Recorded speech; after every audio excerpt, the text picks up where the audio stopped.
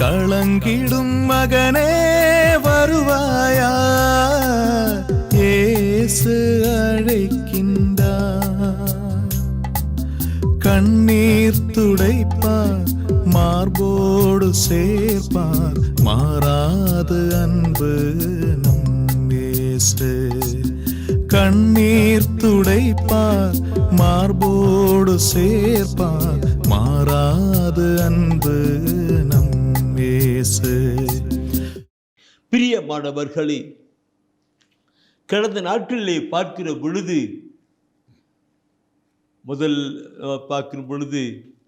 ஏன் பரிசுத்தம் வேண்டும் என்பதை குறித்து சிந்தித்தோம். ஏன் பரிசுத்தம் வேண்டும், பரிசுத்தத்தினால் என்ன விளைவு என்பதை குறித்து முதல்ல பார்த்தோம் ஒரு வாரத்தில். அடுத்த வாரம் என்ன பார்த்தோம்னாக்க, இறை வார்த்தையால் எப்படி பரிசுத்தம் என்று பார்த்தோம். இறை வார்த்தையால் எப்படி பரிசுத்தமாக்கப்படுகிறது, அந்த வார்த்தையான கடவுள் எப்படி பரிசுத்தப்படுத்துகிறார் நிலையிலே அந்த பார்த்தோம். அதுக்கடுத்த வாரம் பார்த்தோம் என்னது, இன்னைக்கு இயேசுவால் பரிசுத்தம். இயேசு எப்படியெல்லாம் பரிசுத்தப்படுத்த கடந்து வந்தார், இயேசுவால் பரிசுத்தம் பார்த்தோம். இப்போ வார்த்தை பரிசுத்தம் ஏன் என்று பார்த்தோம். அதுக்கு அடுத்தது வார்த்தையால் பரிசுத்தம், அடுத்தது இயேசுவால் பரிசுத்தம் பார்த்தோம். இப்போ நாம் பார்க்க போகிறது தூய ஆவியால் பரிசுத்தம் என்கிற கருத்தை தான் நாம் பார்க்க இருக்கிறோம். தூய ஆவியால் பரிசுத்தம், வார்த்தையால் பரிசுத்தம், மனு உருவானால் இயேசுவினால் பரிசுத்தம், தூய ஆவியினால் பரிசுத்தம். ஒவ்வொரு கடவுள் நம்மை பரிசுத்தப்படுத்துகிறவராக இருக்கிறார். பரிசுத்தம் நாம் படிக்கும், பரிசுத்தம் மிக முக்கியம். லேவியராகமத்திலே 19ஆம் அத்தியாயத்திலே முதல் வசனத்தை பார்க்கிற பொழுது அது சொல்லப்பட்டிருக்கும். லேவியர் 19 உன் கடவுளாகிய ஆண்டவர் தூயவராய் இருப்பது போல நீங்களும் தூயவராய் இருங்கள் என்று. உங்கள் கடவுளாகிய ஆண்டவர், நம்முடைய ஆண்டவர் தூயவராய் இருப்பது போல நாமளும் தூயவராய் இருக்கப்பட வேண்டும். அது லேவியர் 19 முதல் வசனம் சொல்லுகிறது, உங்கள் கடவுளாகிய ஆண்டவர் தூயவராய் இருப்பது போல நீங்களும் தூயவராய் இருங்கள் சொல்லுகிறார். அப்படியே பார்ப்போம் இருக்கு. இது அப்படியே நீ பார்ப்ப, அந்த அவருடைய திருவிழம் என்ன, அந்த பரிசுத்த தேவனுடைய ஆண்டுடைய திருவிழம் என்ன, பைபிள் வசனத்தில் ஒவ்வொன்று படிக்கணும். எப்படி இருக்கு, 1 தெசலோனிக்கேயர் 4ஆம் அதிகாரத்தில் சொல்லப்பட்டிருக்கும், நாம் தூயவராவதே அவருடைய திருவிழம். நாம் எல்லாரும் தூயவர்களாக பரிசுத்தம் உள்ளவர்களாக வாழ்வதே அவருடைய திருவிழமாய் இருக்கிறது. நாம் அடிக்கடி பாடுகிற ஒரு பாட்டம், நாம் எல்லாம் பரிசுத்தராவதே நம் தெய்வத்தின் திருசித்தம், இல்லையா? நாம் எல்லாம் பரிசுத்தராவதே தெய்வத்தின் திருசித்தம். பரிசுத்தம் இல்லாமல் தெய்வத்தை யாரும், ஆண்டவர் யாரும் காண முடியாது. அதனால் பல நாட்களை பார்த்தோம் இல்லைங்களா? அதே திரும்ப சொல்லுகின்ற பரிசுத்தம் தான் அவருடைய திருவிழம். அடுத்த ஒரு வார்த்தையை பார்க்கணும். என்ன எதுனாக்க, என்ன சொல்ல வேண்டும், நீங்கள் பரிசுத்தராக, கடவுள் பரிசுத்தராக இருப்பால் நீங்களும் பரிசுத்தராக சொல்லப்பட்டது. அடுத்து கடவுள் பரிசுத்தம் தான் கடவுள் திருவிழம் பார்த்தோம். அப்படியே சொல்லிட்டு இல்லை. கடவுள் பரிசுத்தப்படுத்துகிறவர். லேவியரில் 20ஆம் அதிகாரத்தில் 8வது வசனத்தை பார்க்கிற பொழுது, லேவியர் எல்லாம் பைபிளில் எழுதுகிறீங்க, குறிக்கிறீங்க. வாழ்த்துக்கள், பாராட்டுக்கள். கடவுள் உங்களை அதிகம் ஆசிரிக்கும்படியாக என்னுடைய தனி ஜபத்திலும் குழு ஜபத்திலும் ஜெபித்து வருகிறோம். சரிங்களா? செய்தி கேட்கிற அத்தனை பேரும் ஆசீர்வதிக்கப்படணும், இறை வார்த்தையால் வாழ்வு பெற வேண்டும் என்று நாங்கள் எல்லாம் ஜெபம் பண்ணிருக்கிறோம். நின்றுக்கும். எனவே பார்க்கணும் எல்லாம் எழுதுறீங்க. அதான் வசனத்தை கொடிச்சிட்டு போகலாம். லேவியரில் 20ஆம் அதிகாரத்தில் 8வது வசனம் பார்க்கிற பொழுது, அவர் நானே உங்களை தூய்மை ஆக்கிற ஆண்டவர் சொல்வார். நானே உங்களை தூய்மை ஆக்கிற ஆண்டவர் என்று சொல்வார்.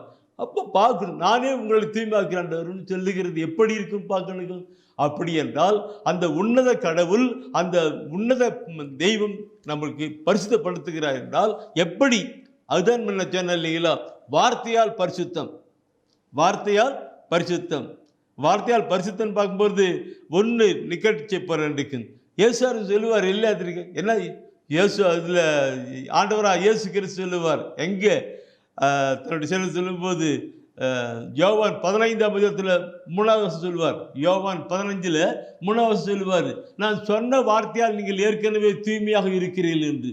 சொன்ன வார்த்தையால் நீங்கள் ஏற்கனவே தூய்மையாக இருக்கிறீர்கள். அப்போ அந்த வார்த்தையை அப்படியே மனுஷனை தூய்மைப்படுத்துகிறது. வார்த்தை எப்படி தூய்மைப்படுது? அதெல்லாம் கடந்த நாட்களில் நாம் அதிகமாக சிந்தித்து இருக்கிறோம். நீங்கள்லாம் எழுதி வைத்திருக்கிறீங்க. நான் இப்போ சொல்லுகிற பொழுது அது உங்களுக்கு நினைவு வரும் இல்லைங்களா? இயேசு தான் பரிசுத்த, இயேசுவால் எப்படி பரிசுத்தப்படுத்த. அடுத்து நீ பார்ப்பினாக்க அந்த இதில் அவர் சொல்லுவார் இருக்கும், இயேசுவால் பரிசுத்தம், இந்த வார்த்தையால் பரிசுத்தம். அடுத்தது இயேசுவால் பரிசுத்தம் எப்படி? நான் சொல்ல வேண்டிய அவசியம் இல்லை, எல்லாம் நீங்கள் கேட்டு அனுபவித்திருக்கிற வார்த்தை தான். எபிரேயர் திருமுகத்திலே பார்க்கிற பொழுது 13ஆம் அதிகாரத்திலே 13ஆம் அதிகாரத்திலே 12வது வசனம், 13ஆம் அதிகாரத்திலே 12வது வசனம் பார்க்கும் பொழுது, ஆட்டுக்குட்டியாக இயேசு கிறிஸ்துவினுடைய பரிசுத்த ரத்தம் தானே நம்ம எல்லாவற்றையும் தூய்மையாக்கி இருக்கிறது என்று சொல்லுகிறார். பரிசுத்தப்படுத்தி இருக்கிறது, தூய்மையாக்கிறது, தூய்மை பரிசுத்தப்படுத்தி இருக்கிறது சொல்லுகிறார். நம்ம எல்லாரையும் இருக்கும். எபிரேயர் 13:12 வசனம். இந்த வார்த்தையை 1 யோவானிலே பார்க்கிற பொழுது, 1 யோவானிலே 1 அதிகாரத்திலே 7வது வசனம் பார்க்கிற பொழுது அங்கேயும் சொல்லப்பட்டிருக்கும், இயேசுவினுடைய ரத்தம் எல்லா பாவத்தையும் போக்கி நம்மை தூய்மைப்படுத்துகிறது என்று. எல்லா பாவத்தையும் போக்கி நம்மை தூய்மைப்படுத்துகிறது. ஆம், வார்த்தையால் பரிசுத்தம், இயேசுவால் பரிசுத்தம். நாம் கடந்த நாட்களை பார்த்தோம். இதை நினைவுபடுத்த முடியாது சொல்லுகிறது. இப்பொழுது தூய ஆவியால் பரிசுத்தம் என்கிற பார்க்கும் பொழுது மிக மிக முக்கியமான ஒரு கருத்து. ஏன் என்றால், என்றும் எப்பொழுதும் நம்மோடு கூட இருந்து நம்மை பரிசுத்தம் நடத்துகிற அந்த ஆண்டவரை, தூய ஆவியானவரை பற்றி அதிகமாக சிந்திக்கலாம். எல்லாம் பைபிள் எடுத்திருக்கிறீங்க, படிச்சுட்டு இருக்கோம். தூய ஆவியானவரை பற்றி இயேசு ஆண்டவர் உயர்த்தி பேசுவார். ஏன் அப்படி சொன்னார்னாக்க, தூய ஆவிலே கொண்டு வந்து அப்படியே சிந்தனை பண்ணி பார்த்தா அதுக்கு தான் வார்த்தை பரிசுத்தம், இயேசு பரிசுத்தம். ஆனால் என்றும் எப்பொழுதும் நம்மோடு கூட இருந்து நம்மை பரிசுத்தத்தில் நடத்துவது தூய ஆவியானவர். இந்த வார்த்தை வழியாகவும் இயேசின் வழியாகவும் தூய ஆவியானவர் என்றும் எப்பொழுதும் இருந்து நம்மை பரிசுத்தம் நடத்துகிறது. அதனால தான் முக்கியமாக சொல்லிருக்கும். இதை நான் பார்க்கிற பொழுது லூக்கா நட்சத்திலே, இயேசு எப்படி சொல்கிறா பாருங்க. லூக்கா நட்சத்திலே 11ஆம் அதிகாரத்திலே அந்த 13வது வசனத்தை நீங்கள் பார்க்கணும். அந்த வசனத்தை எப்படி சொல்லி கொடுக்கிறார் பாருங்க.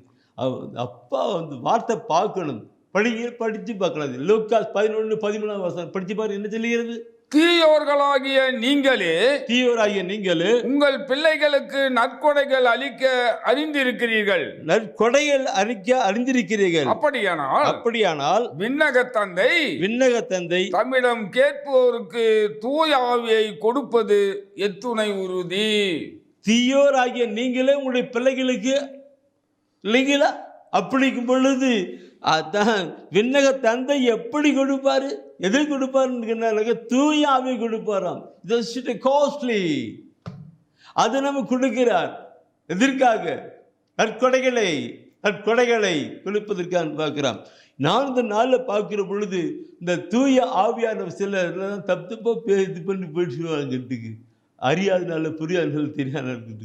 இது நான் சொன்னாக்க பார்க்கணும். நாம் நம்முடைய வாழ்க்கையில் நன்றிக்கும் இந்த வார்த்தை பார்க்கணும். தூய ஆவி அப்படி உன்னதமான அந்த ஒரு ஆவியாளரை பற்றி பார்க்கும் பொழுது நம்மளுடைய வாழ்க்கையில் பார்த்த தூய ஆவியான சில வேலை எல்லாரும் அறியாத புரியாத நிலையில் இருக்கிறவர்கள், என்ன ஆவியா போதா வருதா அப்படின்லாம் சொல்லுவாங்க. இல்லை அந்த மேன்மைமிக்க அந்த ஆவியை நாம் கிடைக்கும். மத்திய 12ஆம் அதிகாரத்தில் 31, 32 வசனத்தை நீ படித்து பாருங்க. அதில் என்ன சொல்லுகிறது? மத்திய 12ஆம் அதிகாரத்தில் 31 வசனம் சொல்லுகிறது. நான் உங்களுக்கு சொல்கிறேன், தூய ஆவிக்கு எதிரான பழிப்புரை மன்னிக்கப்படாது. மக்களுடைய மற்ற பாவங்கள், பழிப்புரைகள் அனைத்தும் மன்னிக்கப்படும். மானிட மகனுக்கு எதிராக ஏதாவது ஒரு வார்த்தை சொல்லிவிட்டவரும் மன்னிக்கப்படுவர். ஆனால் தூய ஆவிக்கு எதிராக பேசுவோர் இம்மையிலும் மறுமையிலும் மன்னிப்பு பெற மாட்டார். உண்மையிலும் மன்னிப்பு பெறமாட்டார் சொல்லுங்க. எப்படி பார்த்துக்கிட்டு இன்னைக்கு இந்த நிலை இன்னைக்கு மன்னிப்பு பெறமாட்டார். இன்னைக்கு அதாவது மாநில மகனுக்கு விரோதமாக பேசினா கூட மன்னிப்பு உண்டு, உண்டு.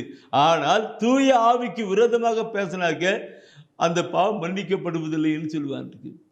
இதெல்லாம் நான் பார்க்குற பொழுது, அந்த வார்த்தை வசனத்தில் பார்க்கும் பொழுது அப்படியே கண்ணோட்டமாக பார்க்கணும். நம்ம சமூகத்திலே இல்லைங்களா மன்னிக்கப்படுது. தூயாவிக்கு இருந்து அது என் தூயாவிக்கு விரோதமாக எதிராக பேசுகிறவன் சொல்லப்பட்டிருக்கு. தூயாவிக்கு விரோதமாக பேசுறன்னு சொல்லணும்னாக்க இந்த இறைவசன வார்த்தையை கேட்காத அதை அலட்சியப்படுத்துகிற பொழுது தூயானது இருக்கும். நான் தூயார் உணர்த்துறாரு, திருத்தர் பணி எடுங்க. திருத்தர் பணியில் எடுத்துட்டு 7ஆம் அதிகாரத்தில் 51ஆம் வசனம் நீ படிச்சு பாருங்க. இந்த வார்த்தைக்கும் டு லிங்க் அப் இருக்கும் பாருங்க.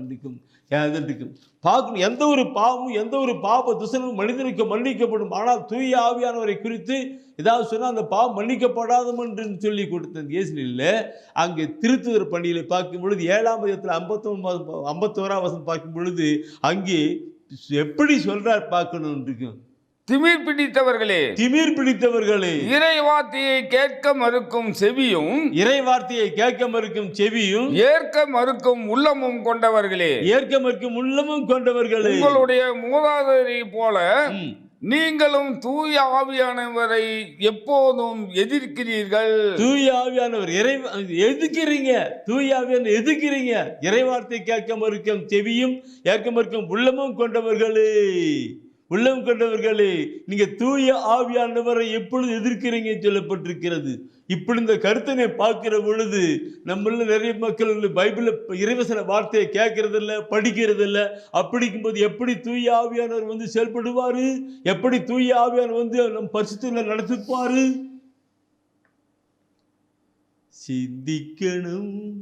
சிந்திக்கணும் இல்லையா? பார்க்கணும் வார்த்தை. அதனால தான் அங்கே பார்க்கும்போது ஸ்தேவான் கோபமாக அடிக்கிறார். ஸ்தேவான் அடிக்கிறார். திமிர் பிடித்தவர்களே சொல்லுவார். இறைவசன வார்த்தையை கேட்கும் பொழுது தான் அங்கே கடந்து வருகிற நிலை, உள்ளத்தில் இருக்கும்போது தான் கடந்து வருகிற நிலை. அதுக்கு எப்படி கொண்டு வரான்ட்டுக்கு சரி இதெல்லாம் சொல்லினாருக்கு நிறைய சொல்லி போயிட்டே இருக்கணும். ஆனால் தூய ஆவியானவர் நமக்குள் வருகிற பொழுது எப்படி நம்முடைய வாழ்க்கை பரிசுத்தமாகின்ற நிலையை பற்றி நாம் பார்க்கிறோம். தூய ஆவியானவர் என்பது நம்முடைய வாழ்க்கை எப்படி தூய்மையிலே கடந்து போகிறது என்பதை குறித்து நாம் சிந்திக்க பார்க்கலாம். அது கடந்த நாளில் சொன்ன நிறைய சொல்லி போயிருக்கலாம். நான் கூட முக்கியமான கருத்துக்கு வருகிறேன். இன்றைக்கு அதில் பார்க்கிற பொழுது பிரியமாவுக்குள்ளே முதலாவது கட்டளை கடைபிடிக்கணும். நம்ம முன்ன சொன்ன வார்த்தைக்கு டு லிங்க் வித் லிங்க் அப். வசன வார்த்தை லிங்க் தான். திமிர் பிடித்தவர்கள் இறை வார்த்தை கேட்க மறுக்கும் செவி ஏற்க மறுக்கும் உள்ளம் கொண்டவர்களை நீங்கள் தேவை அந்த வார்த்தையோடு அப்படியே லிங்க் பண்ணி பாருங்கள். முதலாவது கட்டளையை கடைப்பிடிக்கிறது இல்லை. கடைப்பிடிக்காமல் எப்படி பாவம்? அந்த கடைப்பிடிப்புக்கு தூயான எப்படி கொண்டு வரான்? இன்றைக்கி பார்ப்பீங்கனாக்க 1 யோவானில் 3ஆம் அதிகாரத்தில் 4வது வசனம். 1 யோவானில் 3ஆம் அதிகாரத்தில் 4வது வசனம். இது நான் சொல்லுகிற பொழுது நான் தொடக்க காலத்தில் ஆதாம் வியாபாரத்திட்ட கடவுள் ஒரு சின்ன ஒரு கட்டளை கொடுத்தார். இல்லை ஏதோ தோட்டத்தில் சொன்னார், ஏதோ தோட்டத்தில் இருக்கிறதெல்லாம் நல்லா சாப்பிடுங்க, நல்லா குளிங்க, நல்லா இருங்க, உங்களுக்கு ஒன்றுமே இல்லை. ஆனால் ஒரு மரத்தை காட்டி அந்த மரத்தை பழத்தை முத்திரும் நீ சாப்பிடக்கூடாதுன்னு சொன்னார். ஒரு சின்ன ஒரு கட்டளை. சாப்பிட்டா நீ சாகவே சாவான்னு சொன்னார். இல்லைங்களா? அது சாகவே சாவேன்னு. ஆனால் பிசாசு அங்கே வீட்டு வச்சுட்டான் ஒரு கட்டில். இந்த கட்டளை கடைப்பிடிக்கிற பொழுதுதான் பரிசுத்தம். எனவே தான் 1 யோவானிலே 3ஆம் அதிகாரத்தில் எடுத்துட்டீங்க. 1 யோவான் 3ஆம் அதிகாரத்தில் 4வது வசனத்தை படிச்சு பாருங்க. என்ன சொல்லுகிறது? பாவம் செய்யும் அனைவரும் சட்டத்தை மீறுகின்றனர். சட்டத்தை மீறுவதே பாவம். அந்த தொடக்க காலத்துக்கு அதான் சொல்ல வந்தேன். தொடக்க காலத்தில் எப்படி இல்லாம பாருங்க, அது அப்படி கட்டளை மீறுவது பாவம். அன்னைக்கு ஆதாம் வியாபாரத்தை ஒரே ஒரு சின்ன கட்டளை கொடுத்தாங்க. அந்த கட்டளையை மீறினால என்ன நடந்துச்சு? ஆண்டவர் வந்தார், பார்த்தார், இன்பத்தில் பார்த்தார். ஆதாம் எங்கே இருக்கிறான்னு கேட்டார். அவன் ஒளிஞ்சிட்டு இருக்கிறான். நான் சாப்பிடக்கூடாது சொன்ன பழத்தை நீ சாப்பிட்டியா? வெளியே போன்னுட்டு அந்த இன்பவனத்தை விட்டு வெளியே தள்ளி கேட் லாக் பண்ணிடுறாங்க. எனக்கு இதுவரை நீ உழைக்காம நல்லா ஜாலியாக ஹாஸ்பிட்டல் இருந்ததில்ல, இனி உழைச்சி தான் விடணும், வேறு சிந்தனைக்கு நீ உழைச்சி தான் விடணும். அப்படியே உழைச்சா கூட முள்ளும் தான் வருவார். ஒரே ஒரு கட்டளை மீறினால அங்கே நடந்தது. ஆனால் கடவுள் நமக்கு கட்டளை கொடுத்து எத்தனை 10 கட்டளைகளாக கொடுத்துருக்கிறார். இதெல்லாம் நான் இந்த தியான மையத்தில் இந்த பாவத்தை குறித்து கிளாஸ் எடுக்கும் பொழுது அழுத்தமாக சொல்லுவேன். பார்க்கணும் 10 கட்டளை இருக்கு. கட்டளை மீறுவது பாவம் இருக்கும். அந்த கட்டளை, அந்த வார்த்தை, இந்த வார்த்தை எல்லாம் நம்முடைய வாழ்க்கையில் இருக்குமானால், உள்ளத்தில் இருக்குமானால் நாம் பாவம் செய்வோமா? சேவம் செய்வோமா? செய்ய மாட்டோம். இதுதான் அந்த ஸ்தோவான் சொன்னார், திமிர் பிடித்தவர்கள் சொல்லி கொடுத்து வந்தார். நம்முடைய வாழ்க்கையில் இந்த இறைவசன வார்த்தையை உள்ளத்தில் அடக்கி கொண்டு வந்த ஒரு மனிதரை பற்றி நான் சொல்லும்போது திருப்பாடல் ஆசிரியர் சொல்லுவார். என்ன சொல்லுவார்? திருப்பாடல் 119 11வது வசனம். திருப்பாடல் 119 11வது வசனம் சொல்லுவார். அதில் என்ன சொல்லுகின்ற வார்த்தையை பார்க்கணும், அவர் வாழ்க்கையில் அனுபவித்து சொல்லுகின்ற ஒரு வார்த்தை இருக்குமாக்கும். உமக்கு எதிராய் நான் பாவம் செய்யாதவாறு உமது வாக்கை என் இதயத்தில் இருத்தி உள்ளேன். உம்முடைய வார்த்தை என் இதயத்திலே இருத்தி உள்ளேன்னு சொல்றார். உம்முடைய வார்த்தை என் இதயத்திலே இருத்தி உள்ளேன்னு. அப்போ உமக்கு எதிராக நான் பாவம் செய்யவாரு. அப்போ வார்த்தை இதயத்தில் இருக்கும் என்றால் அவர்கள் பாவம் செய்ய முடியாது. இந்த பரிசுத்த ஆவியானவர் கட்டளையை கடைபிடித்து எப்படி பரிசுத்தத்தில் நடத்துகிறது என்பதை தான் அப்படியே கொண்டு வர நல்லா கவனம் பண்ணு. எங்க சொல்றாரு? இது யார் சொல்றது? பரிசுத்த ஆவியினால அபிஷேகம் செய்யப்பட்ட ஒரு மனிதர். அவரு திருப்பாடல் ஆசிரியர் அவர் சொல்றாரு, உணர்ந்து சொல்றாரு, ஆண்டவரே உமக்கு எதிராக நான் பாவம் செய்யாதவாறு உம்முடைய வார்த்தை என் இதயத்தில் இருத்தி உள்ளேன் என்று. இன்னைக்கு உங்களுடைய இதயத்திலும் என்னுடைய இதயத்திலும் கடவுளுடைய வார்த்தை, கடவுளுடைய சட்டம், கடவுளுடைய நியமங்கள் நமக்கு இருக்கும் என்றால் நாம் பாவம் செய்ய முடியாது. ஏன்னா அது காட்டி கொடுத்துட்டே இருக்கும், சொல்லி கொடுக்கும். ஆண்டவர் இப்படி சொல்லிட்டு இருக்கிறார், இப்படி சொல்லிட்டு இருக்கிறார், இப்படி பாவம் வர சொல்லிட்டு இருக்கும். இது வளர்ந்துதான் சொல்லுகிறார். இதை நான் சொல்லுகிற பொழுது பிரியமானவர்களே பார்க்கணும், கடவுள் நானே உங்களை பரிசுத்தப்படுத்துகிற ஆண்டவர் சொன்னார் அல்லவா? நானே உங்களை பரிசுத்தப்படுத்துகிற ஆண்டவர் சொன்னார் அல்லவா? அது எப்படி? வார்த்தை. இப்போ பார்க்கும் பொழுது நல்லா எழுதி பார்க்குங்க. எரேமியா புத்தகத்தில் 31ஆம் அதிகாரத்தில் 33வது வசனம், 31, 33. இந்த வார்த்தையே பழைய ஏற்பாட்டு மாத்திரமல்ல, புதிய ஏற்பாட்டில் எபிரேயர் 8ஆம் அதிகாரத்தில், எபிரேயரில் 8ஆம் அதிகாரத்தில் 10வது வசனத்திலும், அதே எபிரேயரில் 10ஆம் அதிகாரத்தில் 15, 16 வசனத்திலையும் சொல்லியிருக்குது. நீ பிரிச்சுட்டு இருக்கிறீங்களா? எரேமியா 31, 33. அது புதிய ஏற்பாட்டில் எபிரேயர் 10, 8ஆம் அதிகாரத்தில் 10, 10ஆம் அதிகாரத்தில் 15, 16 வசனம். இந்த 3 வசனத்தை 3 இடத்துல சொல்லப்பட்டிருக்கிற வார்த்தை இன்னைக்கு நான் படிக்கணும். எடுத்து எரேமியா 31, 33 எடுத்து படிச்சு பாரு, என்ன சொல்லுகிறது? அந்நாட்களுக்கு பிறகு இஸ்ராயேல் வீட்டாரோடு நான் செய்யவிருக்கும் உடன்படிக்கை இதுவே, என் சட்டத்தை அவர்கள் உள்ளத்தில் பதிப்பேன், அதை அவர்களது இதயத்தில் எழுதி வைப்பேன். நான் அவர்களின் கடவுளாய் இருப்பேன், அவர்கள் என் மக்களாய் இருப்பார்கள் என்கிறார் ஆண்டவர். பாருங்க, அப்படி மக்களாய் இருப்பார் என்று சொல்ற. இந்த கடவுள் பார்க்கிற பொழுது என் பிரியமானவர்களே எழுதுறாரு, படிக்க வைக்கணும். என் மக்களாக இருப்பார்கள். என் மக்கள், நான் பரிசுத்தராய் இருப்பது போல என் மக்கள் பரிசுத்தராய் இருக்கிறார்கள்.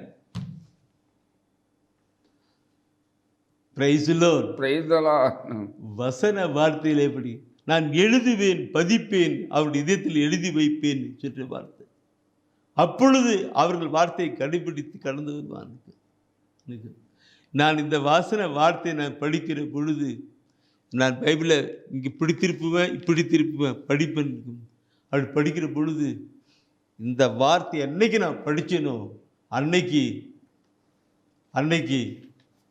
முழங்கால் படிட்டு கண்ணீரோடு கத்தி அழுது, ஆண்டவரே நான் பரிசுத்தமான ஒரு வாழ்க்கை வாழணும் ஆண்டவரே, உம்முடைய வார்த்தையை என் இதயத்தில் எழுதுங்க எழுதுங்கன்னு சொல்லி அப்படியே கண்ணீரோடு கட்டி இருக்கு.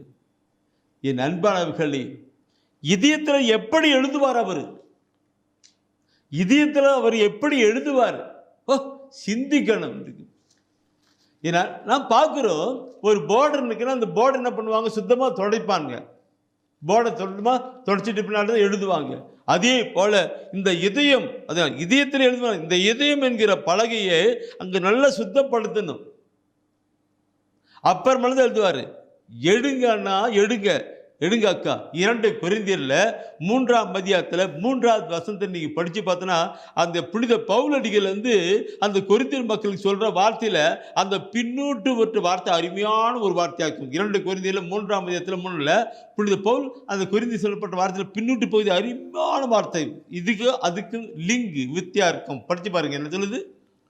எங்கள் பணியின் வாயிலாக கிறிஸ்து எழுதிய கடிதம் நீங்களே என்பது வெளிப்படை. அது மையினால் எழுதப்பட்டது அல்ல. அது மையினால் எழுதப்பட்டது அல்ல. மாறாக வாழும் கடவுளின் ஆவியால் எழுதப்பட்டது. வாழும் கடவுளுடைய ஆவியால் எழுதப்பட்டது. கற்பலகையில் அல்ல. மாறாக மனித இதயமாகிய பலகையில் எழுதப்பட்டது. மனித இதயமாகிய பலகையிலே தூய ஆவியினாலே எழுதப்படுகிறது. எதற்கு? நாம் பரிசுத்தமான ஒரு வாழ்க்கையை வாழ்வதற்காக எழுதப்படுகிறது.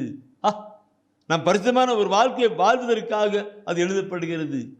அன்பானவர்களை பார்க்கணும். வார்த்தையினால் எப்படி, இயேசுவால் எப்படி, தூய ஆவியால் எப்படின்றதை பார்க்கும் பொழுது ரொம்ப அழகப்பட்டிருக்கு. என்னுடைய சட்ட நியமங்களை அப்படி இடத்திலே எழுதுவேன், பதிப்பேன். அப்பொழுது அவர்கள் பரிசுத்தமான ஒரு வாழ்க்கையை வாழ்வார்கள், என்னுடைய மக்களாக இருப்பார்கள், நான் அவருடைய கடவுளாக இருப்பேன்னு சொன்னார். அதுக்கு என்ன பண்ணுவாங்க? அவரே இந்த பலகையில், இதயம் என்கிற பலகையில், இந்த வசனத்தில் படிக்கும் போது நான் சொன்னேன் இல்லைங்களா, அழுது ஆண்டவருடைய பரிசுத்த ரத்தம் இந்த பலகையெல்லாம், இதயம் என்கிற பலகை கழுவுது சுத்தமாக கழுவுறதையும் ஒப்பு கொடுத்து ஆண்டவரேன்னு கத்தி ஜெபம் பண்ணு. அப்புறமேல பார்த்தோம்னாக்க நான் படிக்க இந்த வசன வார்த்தையெல்லாம் அப்படியே எழுதிட்டே இருக்குது. இன்னைக்கு இந்த செய்தியெல்லாம் கொடுக்குறேன்னா இங்கிருந்து தான் தள்ளுறேன், இங்கிருந்து தான் கொண்டு வரேன். புரிதங்களாகும் இங்கிருந்து எல்லாம் எழுதப்பட்ட வார்த்தை. அந்த எழுதப்பட்ட வார்த்தை தான் நான் அப்படி சொல்லும்போது தூயான்னு சொல்லுவார், இந்த வசனத்தை எடு, இந்த வசனத்தை எடு, இது எடு, அது எடு சொல்லி கொடுப்பார். அந்த வசனத்தை அப்படியே எடுத்து கொடுக்கிறது தான். பிரியமானவர்களை பார்க்கணும். நம்முடைய வாழ்க்கையில் தூய்மை ஆவதற்காக தூய ஆவுக்காக எப்படி செயல்படுகிறார் என்று பார்க்கணும். இதை நான் சொல்லுகிற பொழுது இன்னும் நிறைய சொல்லணும் இருக்கும். ஆனாலும் கூட நேரம் கடந்து வந்தது. நான் தொடர்ந்த செய்தியை நாளை தினத்திலும் கேட்கலாம். இதய பலகையிலே எழுதப்படுகிறது. மனித இதயம் தூய ஆவினாலே எழுதப்படுகிறது. திருச்சட்டம், ஆண்டுடைய வார்த்தை மனிதனுடைய இதயத்தில் இருக்கும். ஆனால் அவர்கள் பாவம் செய்ய முடியாது என்று. அதற்கு ஆண்டவர் எப்படி செய்கிறார்? நான் இங்கே பரிசுத்தராக இருப்பவர்கள் நீங்களும் பரிசுத்தராக இருங்க, நான் பரிசுத்தராக இருப்பவர்கள் நீ பரிசுத்தராக சொல்லி முடிக்கல. நானே பரிசுத்தமாக்குற ஆண்டவர் சொல்லுகிறவர் அந்த திருச்சட்டத்தை நியமங்களை எல்லாம் நம்முடைய இதயத்தில் எழுதுகிறாராம். அதுதான் பார்த்துட்டு இருக்கு. எரேமியாவில் பார்க்கிற பொழுது 31, 33 பார்க்கிற பொழுது அது அப்படியே சொல்லப்பட்டிருக்கும்.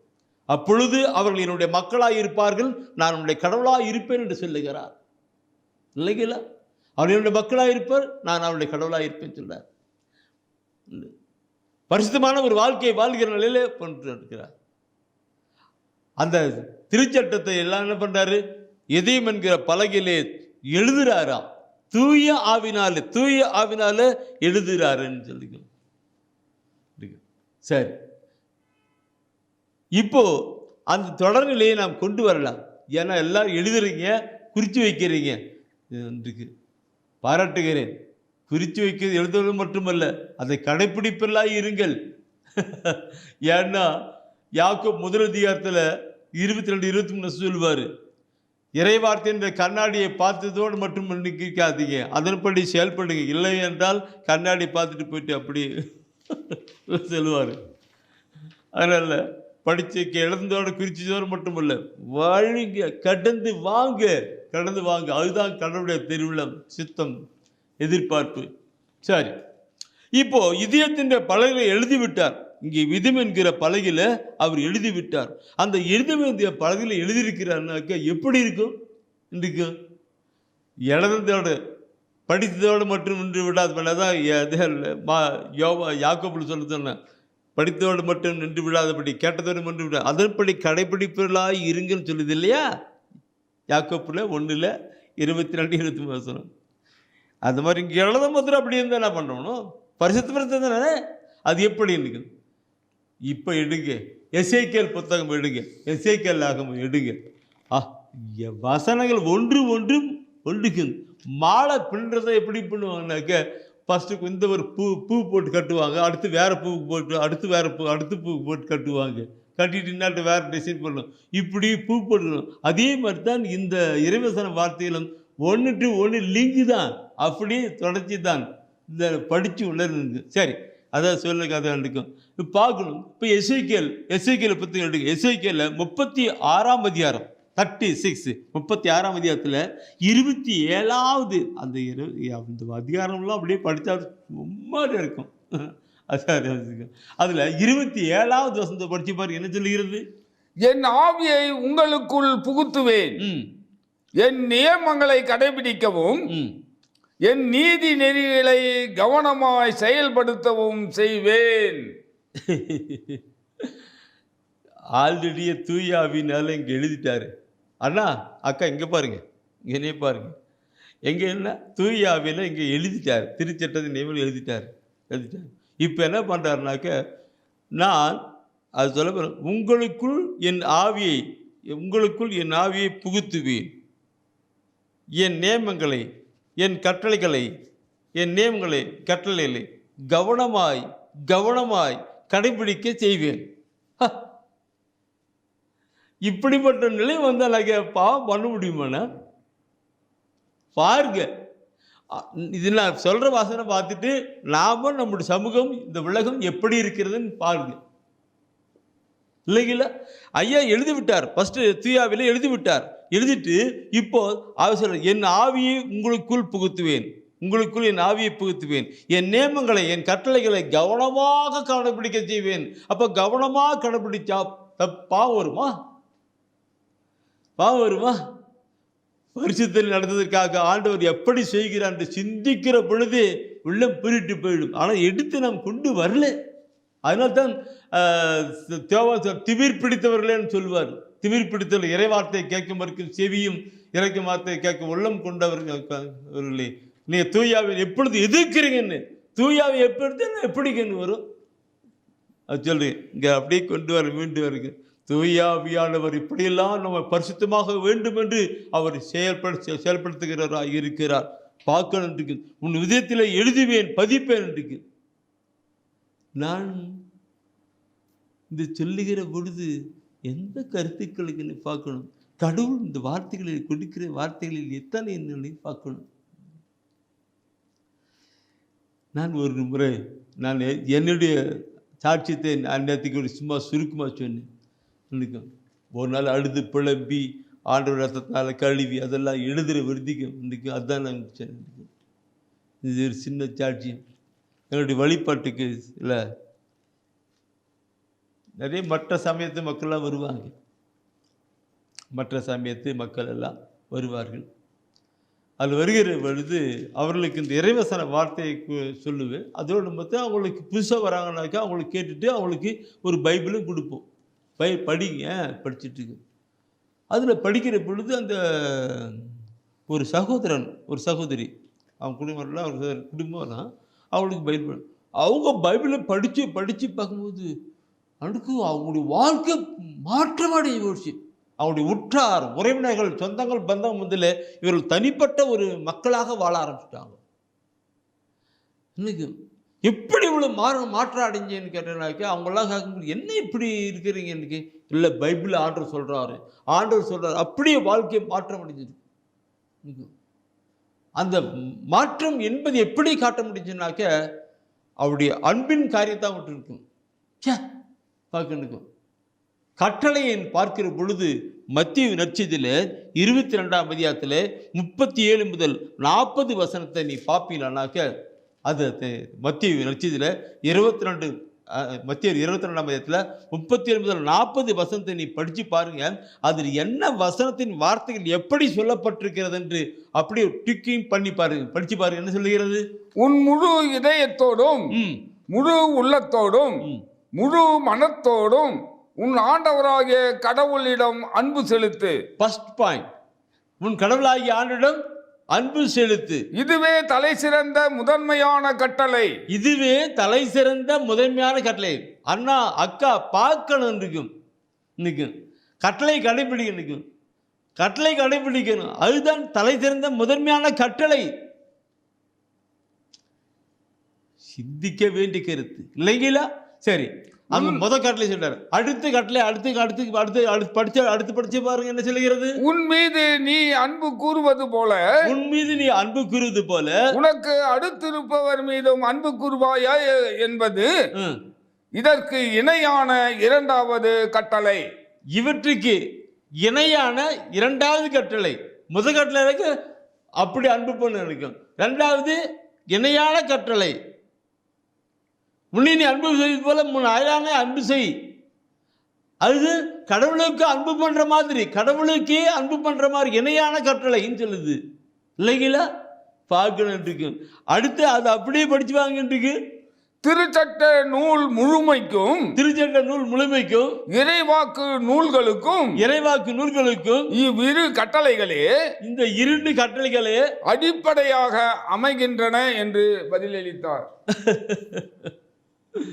ரெண்டு கட்டளை தான் அடிப்படையாவது. திருச்சட்டம் பைபிள் முழுசுமா, பைபிள் திருச்சட்டம் முழுமையா அது கண்டுக்கும்.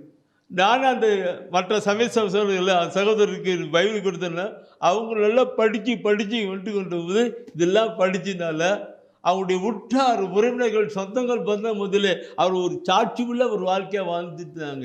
அவங்க ஏன் இப்படி வாழ்ந்துட்டாங்க நல்லா கேட்கும் பொழுது பைபிளில் ஆண்டவர் சொல்கிறாரு, பைபிளில் ஆண்டவர் சொல்கிறாரு, நாம் அவர் செய்யணும்னு சொல்லி. என் அன்பானவர்களே, அவர்களுடைய வாழ்க்கை அப்படியே மாறுபட்டது என்றுக்கு. இந்த நான் காக்கிற பகுதி இன்றைக்கு கட்டளை கடைபிடிக்கணும், கட்டளை கடைபிடிக்கணும். கட்டளை கடைபிடிக்காது எப்படி இருக்கு? அன்பு செய்யணும். அன்பே கடவுள் என்றார், அன்புக்கு இணையேது சொல், அன்பே தெய்வம் என்றார். இல்லைங்களா? பாட்டு பாடுங்களா? எடுங்க பைபிள் எடுங்க. இந்த யோவான் நற்செய்தி எடுங்க. நான் இன்னும் நிறைய சொல்லணும், அதுக்குள்ளே போகுது, டைம் ஆகுது. என் யோவான் நற்செய்தியில் 13ஆம் அதிகாரம் நினைக்கிறேன். அதில் 34வது வசனத்தில் ஒரு வார்த்தை சொல்லியிருக்கும். 14வது வசனம் சொல்லியிருக்கும். அது என்ன சொல்லுவார்னாக்க, ஒருவர் மற்றவரிடம் அன்பு செலுத்துங்கள், ஒருவர் மற்றவரிடம் அன்பு செலுத்துங்கள் என்னும் புதிய கட்டளையை நான் உங்களுக்கு கொடுக்கிறேன். நான் உங்களுக்கு இருக்கிறேன். நான் உங்களிடம் அன்பு செலுத்தியது போல, நான் உங்களிடம் அன்பு செலுத்தியது போல நீங்களும் ஒருவர் மற்றவரிடம் அன்பு செலுத்துங்கள். ஒருவர் மற்றவரிடம் அன்பு செலுத்துங்கள். நான் உங்களிடம் அன்பு செலுத்தியது போல. நான் சொல்றாரு, நான் உங்களிடம் அன்பு செலுத்து. எப்படி அன்பு சொன்னாரு இல்லைங்களா? பாவிகளுக்காக அவர் அடிக்கப்பட்டு போனால அப்படிப்பட்ட ஒரு அன்பு நிலை கொண்டு வாங்க. அப்படி கொண்டு வருகிற பொழுது உங்களுக்குள்ளாக அந்த நிலை உருளாகும் சொல்லி கொடுக்கிறார். இதுதான் நான் கொண்டு அன்பு செய்ய நிலையில் நான் உங்களை அன்பு செய்து போல தாழ்ச்சியப்பட்டு இறக்கி வந்து அடிக்கப்பட்டு பாவிகளுக்காக தன் உயிரையே கொடுத்தான்னு சொல்லி பாவிகளை நான் சொல்ல பாவிகளை அன்பு சொல்லணும். உன்னை துன்புறுத்தற்காக உன்னு வெறுப்பதற்காக நீ ஜெபம் பண்ணு, அவளை மன்னி, அவளை ஏற்றுக்கொள்ளு, அப்படி தான் சொல்லிக் கொடுக்கிறார். அந்த நிலை கடந்து வருகிற பொழுதுதான் அவர் பரிசுத்தம் தெளிவிக்கும். சரி, இந்த வார்த்தையை நான் சொல்லும் வரையில் முதலாவது கட்டளையை கடைபிடிக்கும் சொன்னோம். அந்த கட்டளையை கடைபிடிப்பதற்கு என்ன பார்க்கணும்? கட்டளை கடைபிடிப்பதற்கு எப்படியெல்லாம் கடவுள் கொண்டு அந்த கட்டளை என்னென்று பார்க்கிற பொழுது அன்பு தான் சொல்லுது. சரி, அந்த அன்பு செய்வதற்கு என்ன செய்யணும் இருக்கும்? அன்பு செய்கிறதுக்கான காரணம் இருக்கும். நாம் அன்பு செஞ்சால் நம்மளை எதிர்க்கிறவனை, பயக்கிறவர்களை, வெறுக்கிறவர்களை நாம் அன்பு செஞ்சால் அங்கே பரிசுத்தத்தின் காரியங்கள் அவுட் போகும். அதுதான் அங்கே முன்ன சொல்லப்பட்ட படித்த வசனத்தை இந்த வார்த்தையை நான் சும்மா இதோ அப்படி சொல்லிட்டு போகிறதில்ல, எல்லாம் இறைவசன வார்த்தைகளை அடிப்படையாக வைத்து சொல்லுகிறேன். இறைவசன வார்த்தையை அடிப்பணும். இறைவசன வார்த்தை அதிகமாக சொல்லுகிற பொழுது சில மக்கள் அதெல்லாம் கேட்கவே மாட்டாங்க. என்ன இறைவசன வார்த்தையை பார்த்து போட்டு கொழுக்கிறாங்க சில பேர் இருப்பாங்க. ஆனால் சில பேர் இறைவசன வார்த்தையை கேட்டு அவளோடு கொண்டிருப்பார்கள். இந்த 2 விதமான டைப்பில் நீங்கள் எந்த டைப்பு நீங்கள் பார்த்துக்கிடுங்க இல்லைங்களா? இறைவசன வார்த்தையை கேட்கணும். என்ன பிரதம் தான் இறைவசன வார்த்தையாக போட்டு கொடுக்குறாரு. அப்படி ஒரு மாறி தள்ளிட்டு போகிற மக்கள் உண்டு. ஆனால் இறைவசன வார்த்தை ஆளோடு இருக்கணும். இதில் எந்த நிலையில் இருக்கிறீர்கள் பார்க்கணும்.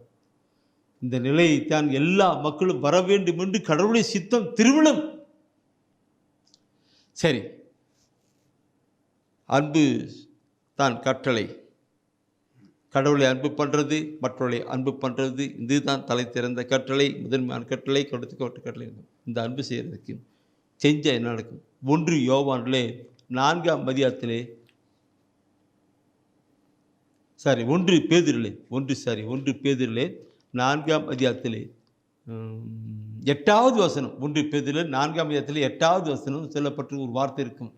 எல்லாவற்றுக்கும் மேலாக ஒருவருக்கு ஒருவர் ஆழ்ந்த அன்பு காட்டுங்கள். ஆழ்ந்த அன்பு காட்டுங்கள். ஏனெனில் அன்பு திரளான பாவங்களையும் போக்கும். பார்க்கணும். நான் முன்ன சொன்ன ஒவ்வொரு கட்டளை அப்படியே நினைச்சு பாருங்க.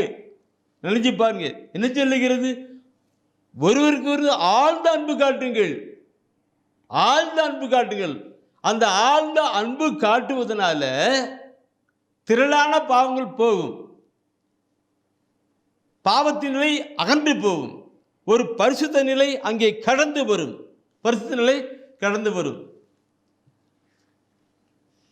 உன்னை துன்புறுவதற்காக, உன்னை வெறுப்பதற்காக, துன்புறுத்துவதற்காக ஜெபிங்கன்னு சொல்லுகிறது.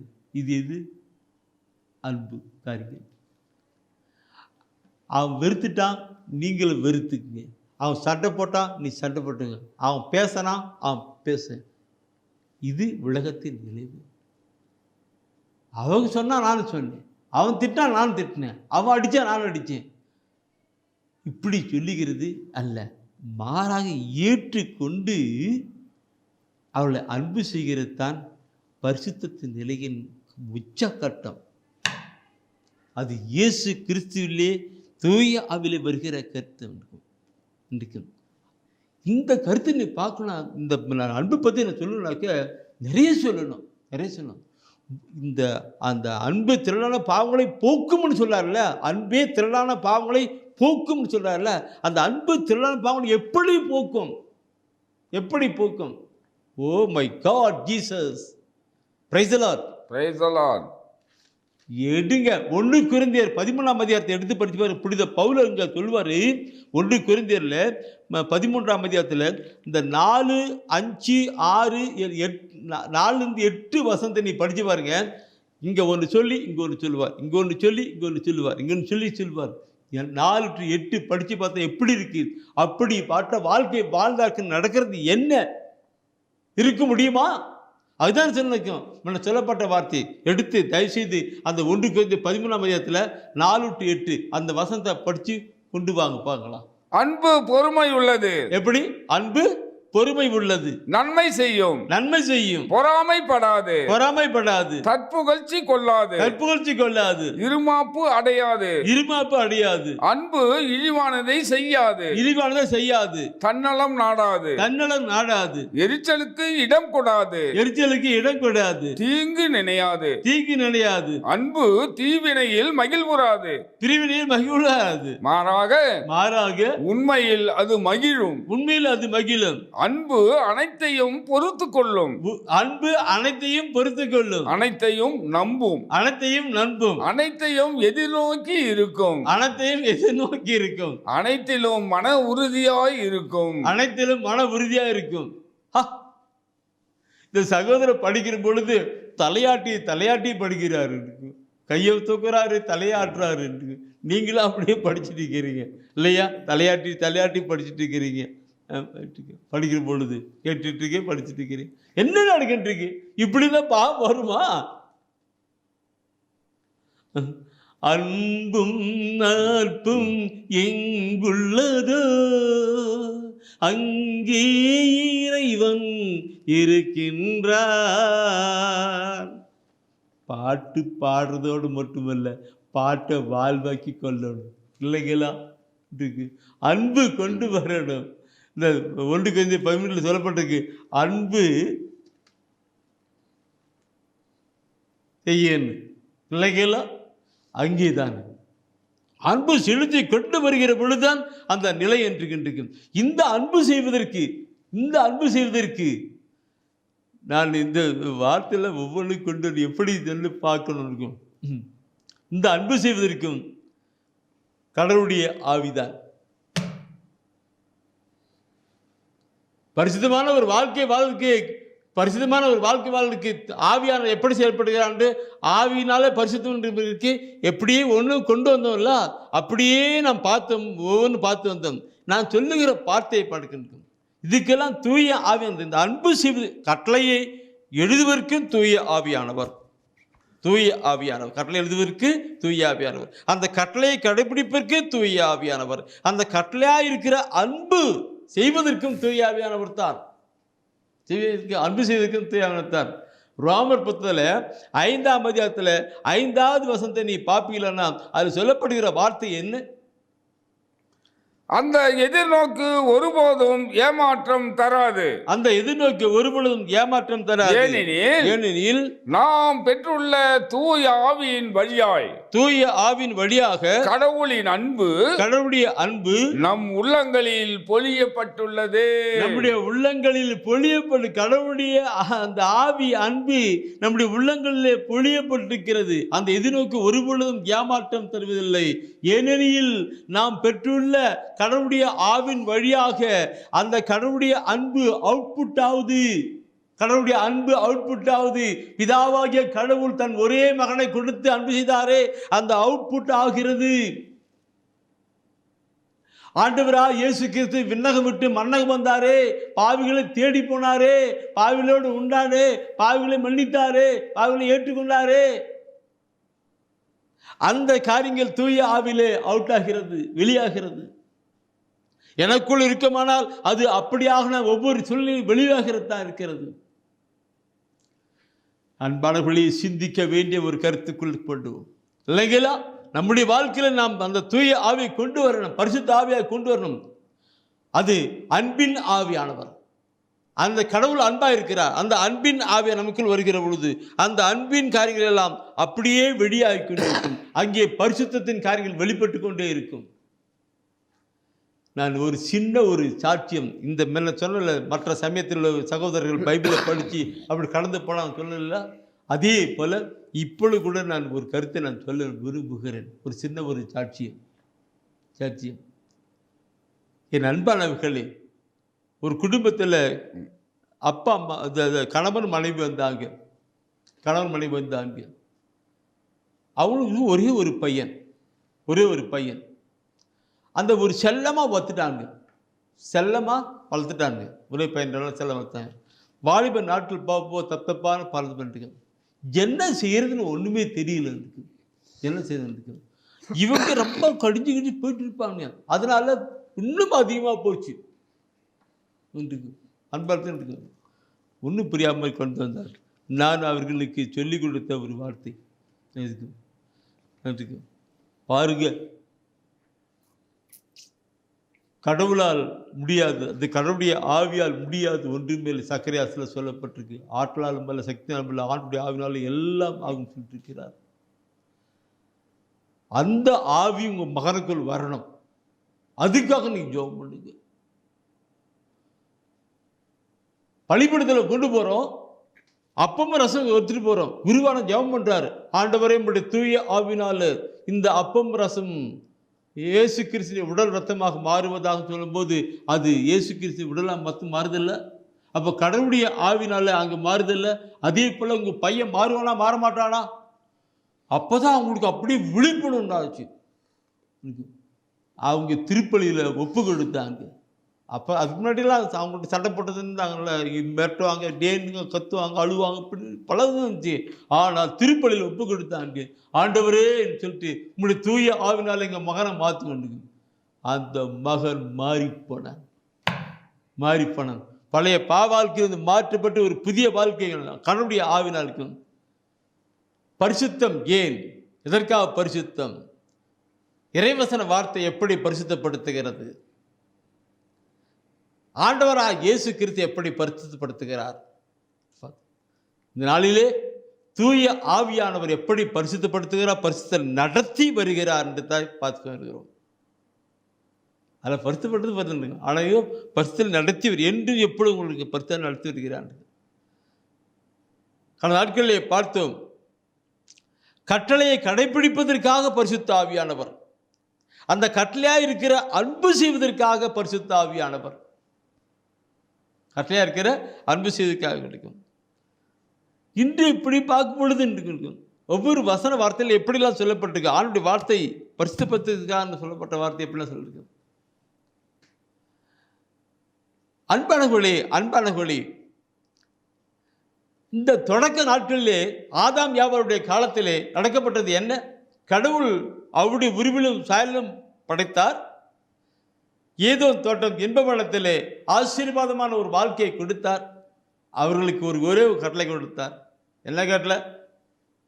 இந்த பழத்தை சாப்பிடக்கூடாது. ஒரு பழத்தை காட்டு. அந்த பழம் பார்ப்பதற்கு அழகாக இருந்தது. பைபிள் சொல்லப்பட்டிருக்கு. நீ படித்து பார்த்தீங்கன்னா அருமையாக இருக்கு. அழகாக இருந்து, கவர்ச்சியாக இருந்தது, டேஸ்டாக இருக்கு. சாப்பிடக்கூடாது சொல்லிக்கிட்டார். கடவுள் ஒரு சித்தம் திட்டத்தோடு கூட சிந்திக்காத பார்த்தா சிந்தித்தான வடிவாக சிந்திக்கணும். அவங்க அன்னைக்கு எப்படி தீராட்டில் போயிடுச்சு, அந்த இச்சை கண்டு பாவத்தில் விழுந்தாலும் அதே போல இந்த நாட்களிலும் இருக்கிறது. இதை குறித்து நாம் பார்க்கும் பொழுது யாக்கோப் தன் திருமுகத்தில் சொல்லுவார். யாக்கோப் தன் திருமுகத்தில் சொல்லுகிற காரியங்களை பார்க்கணும். யாக்கோப் திருமுகத்தில் முதல் அதிகாரத்திலே 15வது வசனம் நினைக்கிறேன். தூய ஆவியானவர், ஹோலி ஸ்பிரிட் அதுதான் யாக்கோப் 1:15 என்ன சொல்லுகிறது? தீய நாட்டம் கருக்கொண்டு பாவத்தை பெற்றெடுக்கிறது, பாவம் முழு வளர்ச்சி அடைந்து சாவை விளைவிக்கிறது. தீய நாட்டம் பழைய மொழிபெயர்ப்பான இச்சைன்னு சொல்லப்பட்டிருக்கும். இச்சை, தீய நாட்டம், இச்சை, தீய நாட்டம். கருகொண்டு வைத்தில்ல, இங்க இதயத்துல கருகொண்டு பாவத்தை பெற்றெடுக்கிறதாம். பாவத்தை பெற்றெடுக்கிறது. என்ன கருத்துக்கள் பார்க்கணும். இச்சை பார்க்கும் பொழுது அது மனசுக்குள்ளாக ஒரு எண்ணங்களை உருவாக்குகிறது.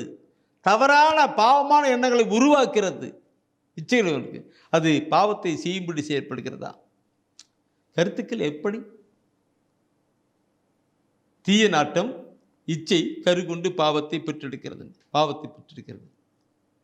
இந்த பாவத்தை பார்க்க இந்த கருத்தனை கொண்டு வரணும்னாக்க இந்த இச்சை தான் இந்த நாட்களில் இந்த உலக நாட்களிலே நடந்து கொண்டிருக்கிறது. இந்த தெய்வீக திருவிழத்தில் சொல்லப்படாத வார்த்தைகள் ஒன்றுமே இல்லை. அனைத்துக்குமா சொல்லப்பட்டிருக்கிறது. அந்த இச்சையின் காரியங்களை பார்க்கும் பொழுது நான் 1 யோவானிலே 2ஆம் அதிகாரத்திலே 16வது வசனம் அது சொல்லப்பட்டிருக்கிற வார்த்தையை பார்க்கணும். உலகு சார்ந்தவையான உடல் ஆசை, இச்சை நிறைந்த பார்வை, செல்வ செருக்கு ஆகியவை தந்தையிடமிருந்து வருபவை அல்ல, அவை உலகிலிருந்து பிசாசிடமிருந்து வருபவை. தந்தையிடம் இருந்து வரல, பிசாசிடம் வருது சொன்னார். உலகு சார்ந்தவையான உடல் ஆசை, இச்சை நிறைந்த பார்வை, இச்சை நிறைந்த பார்வை. இந்த இச்சை நிறைந்த பார்வையால் தான் இந்த நாட்களில் பாவம் அதிகமாக போய்கிட்டு இருக்குது. விபச்சாரத்தின் காரியங்கள் அதிகமாக போய்கிட்டு இருக்கிறது. அதை நான் சொல்லலாம், எங்கேயோ போயிட்டு இருக்கும். ஒரு பெண்ணை தீயோடு நோக்கி பார்க்கிறவன் அந்த பெண்ணோடு கூட உள்ளத்திலே விபச்சாரம் செய்தாகிவிட்டு சொல்லப்பட்டிருக்கு. பார்வை இன்னைக்கு ஆபாசமான படங்கள் இல்லைங்களா, படங்கள் பிளிப்பிளிப்பு எல்லாம் ஓடிக்கிட்டு இருக்கு, பிசாசு போயிட்டு இருக்கு. இதெல்லாம் இருக்கு. மனிதனுடைய பிசாசான கொடுக்கிற இந்த ஒரு கருத்து தான், இந்த கருத்தன் செல்வ செருக்கு பண ஆசை, செல்வ செருக்கு பண இதெல்லாம் பிசா கொண்டு 3 காரியங்களே. அது ஏற்கனவே நான் இயேசுவை சொல்லி சிலுவையில் அறைந்து விடுங்கன்னு சொல்லிட்டு வருத்திருக்கு. இந்த இச்சையை அங்கே சிலுவையில் அறைந்து சொன்னார். அந்த இச்சையை அடக்கின்ற நிலையின் கொண்டு பார்க்கிற பொழுது எப்படி நிற்கும்? பரிசுத்த ஆவியான நமக்குள் வந்துவிட்டால், நம்மளுக்கு ஒரு பரிசுத்த ஆவியான ஆளுகை செய்து நம்மை நடப்பிப்பார் என்றால் அது ஆட்டோமேட்டிக்காக மாறிடும். அந்த இச்சை அடக்கம், அந்த இச்சை அடக்கம் ஆட்டோமேட்டிக்காக மாறும். எல்லாம் பைபிள் எடுத்திருக்கிறீங்க, எடுங்க கலாத்தியர் புத்தகத்தில் எடுங்க. புனித பவுலுடைய கலாத்தியருக்கு எழுதி சொல்லுவார், அந்த ஊழியர்பின் இச்சைகளை பற்றி ஒரு டாபிக் கொடுப்பார். கலாத்தியர் 5ஆம் அதிகாரத்தில் 19, 20, 21 வசனம் ஊழியர்பின் இச்சைகள் பாவம் அதை பற்றி சொல்லிட்டு இருப்பார். இந்த 22வது வசனத்தை பார்க்கும்போது 22, 23 பக்கம் போகுது. அதில் சொல்லப்பட்டிருக்கும் தூய ஆவியானுடைய செயல்பாடுகள் கனிகள் சொல்லி கொடுப்பார். தூய ஆவியானுடைய செயல்பாடுகள் இருக்கு இல்லைங்களா, இது தூய ஆவியுடைய இதில் கொண்டு வருவாங்க. அந்த அந்த கலாத்தியர் 5ஆம் இடத்துல 20 அன்று அந்த கொஞ்சம் 23 வருஷம் கூட இருக்குன்னு நினைக்கிறேன். அதில் படிச்சு பாருங்க என்ன சொல்லுகிறது. தூய ஆவியின் கனியோ, தூய ஆவியானவர் விளைக்கின்ற கனியோ அன்பு, மகிழ்ச்சி, அமைதி, பொறுமை, பரிவு, நன்னயம், நம்பிக்கை, கனிவு, தன்னடக்கம் என்பவை ஆகும். நல்லா படிச்சுட்டீங்க, நீங்கள் கேட்டுட்டீங்க இல்லைங்களா? தூய ஆவியின் கனி, தூய ஆவியானவர் விளைவிக்கின்ற செயல்பாடுகள், தூய ஆவியானவர் விளைவிக்கின்ற செயல்பாடுகள் தான் கனி சொல்றது. அதில் ஃபஸ்ட் பாயிண்ட் என்ன? அன்பு இல்லைங்களா? அன்பு குறித்து இல்லைங்களா? அந்த அன்பு தான் நேரத்தில் நான் பார்த்தோம். அன்பு எல்லாத்தையும் பொறுமை உள்ளது எல்லாரும் சொல்லுங்க.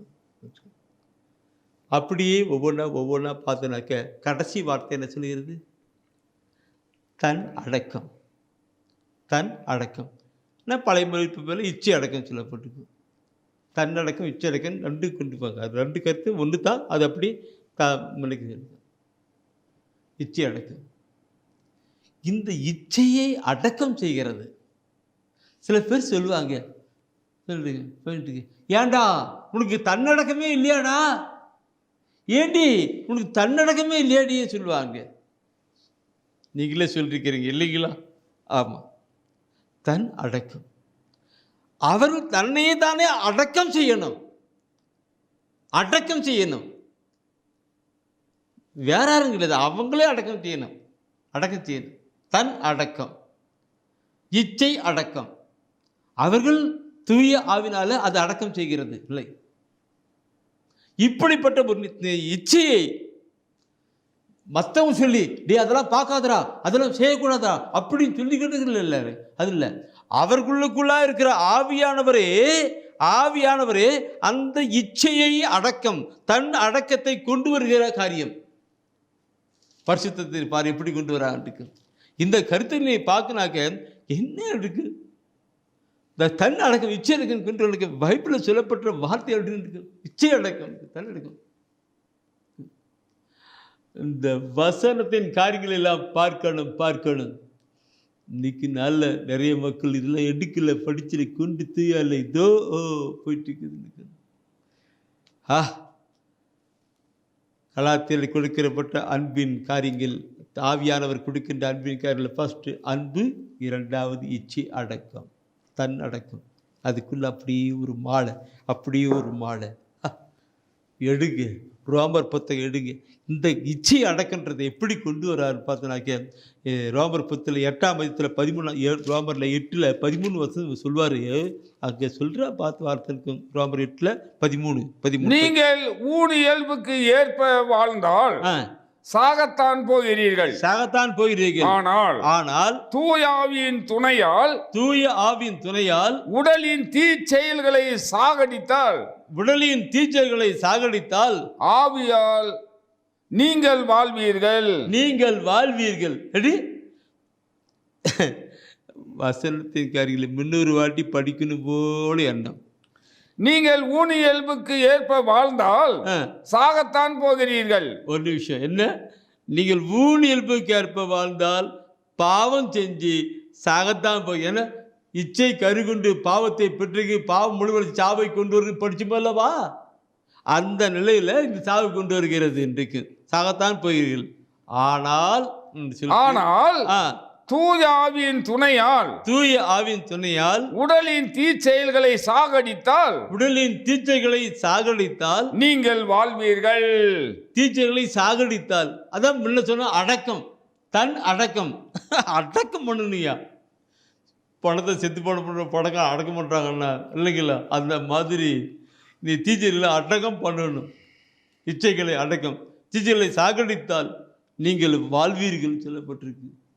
கருத்துக்கள் எந்த ஆழமான கருத்துக்களை பார்க்கணும். இந்த அன்பானவர்களே, நம்முடைய தூய ஆவியானவரை எப்படி சொல்லிக் கொடுக்கிறார்? அதான் சொன்னார், தூய ஆவியானவரை எதுக்காதீங்க, தூத்தாதீங்க, அது கேளுங்க, அது மேலானதுன்னு சொல்லி கொண்டு வரதுன்னு பார்க்கணும். இருக்கும் ஆண்டவர் எப்படி கொண்டு வருகிறார்? தூய ஆவியின் துணை கொண்டு, அந்த பரிசுத்த ஆவியினை கொண்டு நீங்கள் அன்பு செய்து அப்படியே இப்படி தன்னடக்கம் செய்வீங்க. இச்சைகள் எல்லாம் சாகடிப்பீங்க. ஒரு பரிசுத்தமான நிலைக்கு வாழ்ந்துட்டு இருக்கு. அதுதான் நேற்று தினத்தில் சகோதரர் பாடம் பொழுது பரிசுத்த ஆவியின் பாட்டு பண்ணார். இல்லைங்களா? ஆவியை பரிசுத்த ஆவியன் நம்முடைய வருத்தத்தை வாவி கொண்டு வந்து அது நமக்குள் ஆளுகை செய்யணும். பாவத்தை எல்லாம் ஒழிச்சு போடணும். பரிசுத்தமான ஒரு வாழ்க்கை வாழ்வதற்கு நடப்பிக்கணும். தூய ஆவியானவர் நம்மை தூய்மைப்படுத்துவதில், பரிசுத்தப்படுத்துவதில் எப்படியெல்லாம் செயல்படுகிறார் என்று பார்க்கும் பொழுது முதல் கட்டளைகள் எல்லாம் எழுதுகிறார். அந்த கட்டளையை கடைபிடிக்க செய்கிறார். அந்த கட்டளையாக இருக்கிற அன்பு செய்வதற்கும் செயல்படுகிறார். இச்சை அடக்கம் கொண்டு வருகிறார். சரி, அடுத்த ஒரு கருத்தை நான் சொல்ல வருகிறேன், பார்க்கணும். வேகமாக பாட்டுக்கு அடுத்த ஒரு கருத்தை நான் பார்க்கிற பொழுது, மனிதனுக்குள்ளாக ஒரு பய உணர்வு இருக்கணும். விளம்பரமான பயம் கிடையாது, தெய்வ பயம் இருக்கணும். அந்த தெய்வ பயம் இருந்தால் அவன் தவிர்க்க மாட்டாங்க. நான் நேற்று தினம் சொல்லும்போது என்ன சொன்னேன், தன்னடக்கம் இல்லையாடின்னு கேட்குறாங்க. தன்னடக்கம் இல்லைன்னு அதே போல இன்றைக்கும் நமக்கு நடக்கும். ஏண்டா உனக்கு பயமே தெய்வ பயமே கிடையாதாடா? ஏண்டி உனக்கு தெய்வ பயமே இல்லையடி? சொல்கிறோமா? கேட்டிருக்கோமா? என்ன தெய்வ பயம் இருந்தால் அவங்க தப்பு பண்ண மாட்டாங்க. ஐயோ சேசுவே, ஐயோ ஆண்டவரே சொல்லிட்டு போயிட்டு பயம் தப்பு பண்ண மாட்டாங்க. நீதிமொழி புத்தகத்தில் 16ஆம் அதிகாரத்தில் 6வது வசனம் சொல்லுகிறது. அந்த பின்னூட்டு பகுதி படிச்சு பாருங்க, எவ்வளவு அருமையான வார்த்தைன்னு சொல்லப்பட்டிருக்கு. ஆண்டவரிடம் கொள்ளும் அச்சம் ஒருவரை தீமையினின்று விலக செய்யும். ஆண்டவரிடம் கொள்ளுகின்ற அச்சம், தெய்வ பயம் இருந்தால் அவன் அந்த பாவம் செய்ய மாட்டான். தெய்வ பயம் இருக்கு. இது அப்பா அம்மாவுக்கு பயப்படுறதில்ல, வாதியருக்கு பயப்படுறதில்ல, போலீஸ் அப்படி பயப்படுறதில்ல. அது பயப்படணும் தான் கரெக்டு. ஆனால் எல்லாத்துக்கும் மேலாக ஆண்டவருக்கு பயப்படணும். ஆண்டவருக்கு பயப்படும் பொழுது தான் எப்போ எங்கே நீ பரிசுத்தமான நிலை பாவிக்க முடியும். அதுதான் சொல்லிருக்கு தெய்வ பயம் இருக்குது. அந்த தெய்வ பயத்தை யார் கொடுக்குறாங்க? அதுக்கும் தூய ஆவியானவர் தான். அதுக்கும் தூய ஆவியானவர் தான். நீ பார்ப்பனாக்க ஏசியா புத்தகத்தில் 11ஆம் அதிகாரத்தில் 2வது வசனம், யாசியாவில் 11ஆம் அதிகாரத்தில் 2வது வசனம் என்ன சொல்லுகிறது? ஆண்டவரின் ஆவி அவர் மேல் தங்கி இருக்கும். ஆண்டவருடைய ஆவி அவர் மேல் தங்கி இருக்கும். ஞானம், மெய்யுணர்வு, அறிவுரை திறன், ஆற்றல், நுண்மதி, ஆண்டவரை பற்றிய அச்ச உணர்வு, இவற்றை அந்த ஆவி அவருக்கு அருளும். வார்த்தைகளை பார்க்கணும். என்ன சொல்லுகிறது? ஆளுடைய ஆவி அவர் மேல் தங்கும் சொல்லிட்டு அப்படியே ஒவ்வொன்றா சொல்லி கடைசி வேடு என்ன சொல்லுகிறது? ஆண்டவரை பற்றிய அச்ச உணர்வு. கடவுளை பற்றிய அச்ச உணர்வே அந்த ஆவி தான் அவருக்கு அருள்தான். இல்லை, ஆண்டவர் ஆவி அவர் மேல் தங்கும். ஞானம் அப்படியே சொல்லி கடைசி வீடு சொல்லுது ஆண்டவர் பற்றிய அச்ச உணர்வு அந்த ஆவியார். அப்போ ஆண்டவர் பற்றிய ஒரு அச்ச உணர்வு வந்துச்சுன்னா அவன் தப்பு பண்ணுவாங்களா?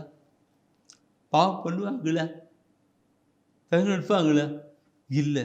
அந்த பையன் அந்த பிள்ளை நல்ல தெய்வ பயம் உள்ள பிள்ளைங்க, தெய்வ பயம் உள்ள பிள்ளைங்க சொல்கிறாங்களா? தெய்வ பயம் உள்ள பிள்ளைங்க, தெய்வ பயம் உள்ள குடும்பம். அப்போ தெய்வ பயம் இருக்கிற அந்த நிலை இருக்குமானால் அங்கு தப்பு நடக்காது, பாவத்தின் காரியங்கள் கடந்து வராது.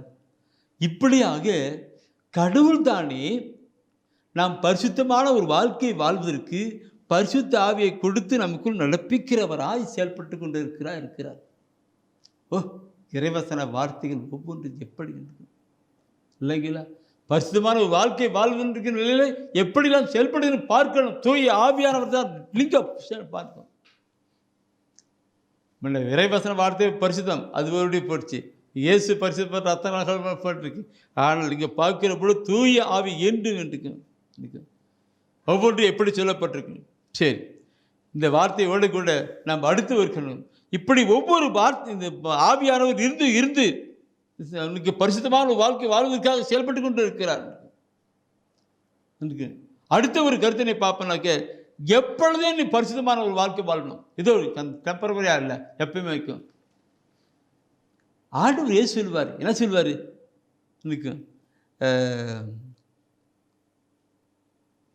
நம் எப்பவுமே நம்மோடு கூட இருக்கிறது தூயாவின் இருக்கு. யோவான் 16ஆம் அதிகாரத்தில் பார்க்கும் பொழுது 16ஆம் அதிகாரத்தில் பார்க்கும் பொழுது அவசரம் என்றும் எப்பொழுதும் உங்களோடு கூட இருக்கும்படி மற்றொரு துணையாளர் அனுப்புன்னு சொல்வார். என்றும் எப்பொழுதும் உங்களோடு கூட இருக்கும்படி மற்றொரு துணையாளர் அனுப்புவார்.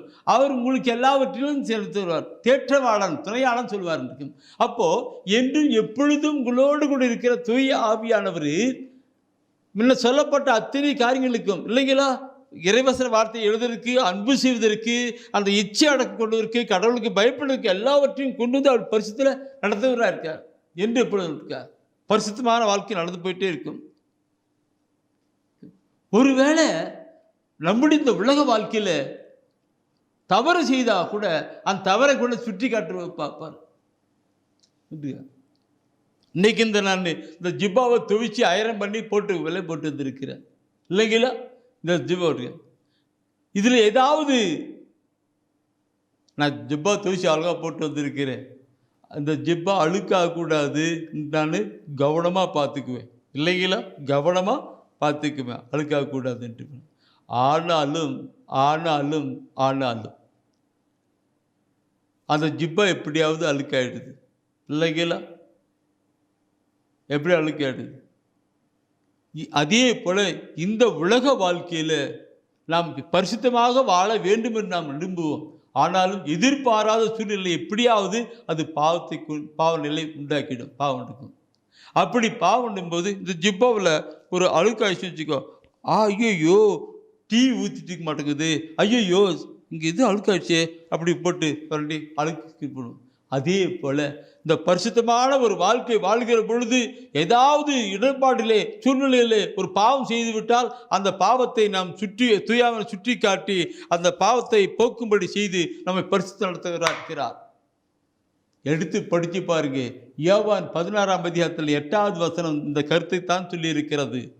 அவர் வந்து பாவம் நீதி தீர்ப்பு ஆகியவற்றை பற்றி உலகினர் கொண்டுள்ள கருத்துக்கள் தவறானவை என எடுத்து காட்டுவார், சுட்டி காட்டுவார். இந்த உலகத்தின் போக்கின்படி அல்ல, சுட்டி காட்டுவார். இது தப்பு.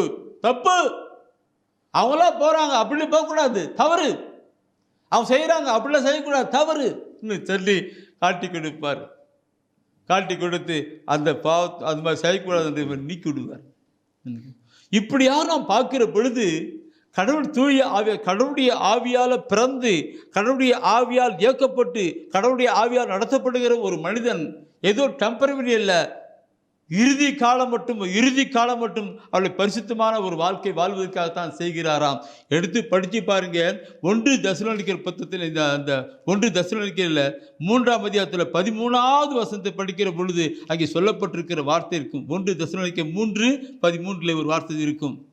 இவ்வாறு நம்ம ஆண்டவர் இயேசு தம்முடைய தூயோர் அனைவரோடும் வரும்பொழுது நம் தந்தையாம் கடவுள் முன் நீங்கள் குற்றமின்றி தூய்மையாக இருக்குமாறு அவர் உங்கள் உள்ளங்களை உறுதிப்படுத்துவாராக. உங்களுடைய உள்ளங்களை தூய ஆவியால் உறுதிப்படுத்துவாராக. உங்களுடைய உள்ளங்களை தூய ஆவியால் உறுதிப்படுத்துவாராக சொல்லப்பட்டிருக்கு. நீங்கள் குற்றமின்றி தூய்மையாக இருக்கும்படி அவர் உங்கள் உள்ளங்களை உறுதிப்படுத்துவார். ஆண்டவர் ஆவி என்னுக்குள்ளே இருக்கிறது, அவர் குற்றம் இல்லாத இருக்கிறார், அது உறுதிப்படுத்துகிறது. நம்முடைய வாழ்க்கை அப்படிப்பட்டிருக்கும், அவர் இருக்கும். எனவே நண்பர்களே, கடைசியாக நான் ஒரே ஒரு வசனத்தை படிச்சுட்டு ஜெபத்துக்கு போகலாம்னு நினைக்கிறேன். எடுங்க, தெசலோனிக்கர் எடுத்திருக்கீங்களா? அதே தெசலோனிக்கரில் 5ஆம் அதிகாரத்தில் 23-24 வசனம் நினைக்கிறேன். அந்த கடைசி அதிகாரம் கடந்த வசனம் 5ஆம் அதிகாரம் தான், அது நான் எடுக்கிறேன். அதில் நீ படிச்சு 5ஆம் பார்க்கும்போது என்ன சொல்லுகிறது? அந்த 5ஆம் அந்த 23-24 வசனத்தை படிக்கும்போது என்ன சொல்லுகிறது பார்க்கணும். எனக்கு லாஸ்ட் முடிவுரையின் ஆரம்பம் தான், முடிவுரை தான். அமைதி அருளும் கடவுள் தாமே உங்களை முற்றிலும் தூய்மையாக்குவாராக. அவரே நம் ஆண்டவர் இயேசு கிறிஸ்து வரும்பொழுது உங்களுடைய உள்ளம் ஆன்மா உடல் அனைத்தையும் குற்றமின்றி முழுமையாக காப்பாராக. உங்களை அழைக்கும் அவர் நம்பிக்கைக்குரியவர். அவர் இதை செய்வார்.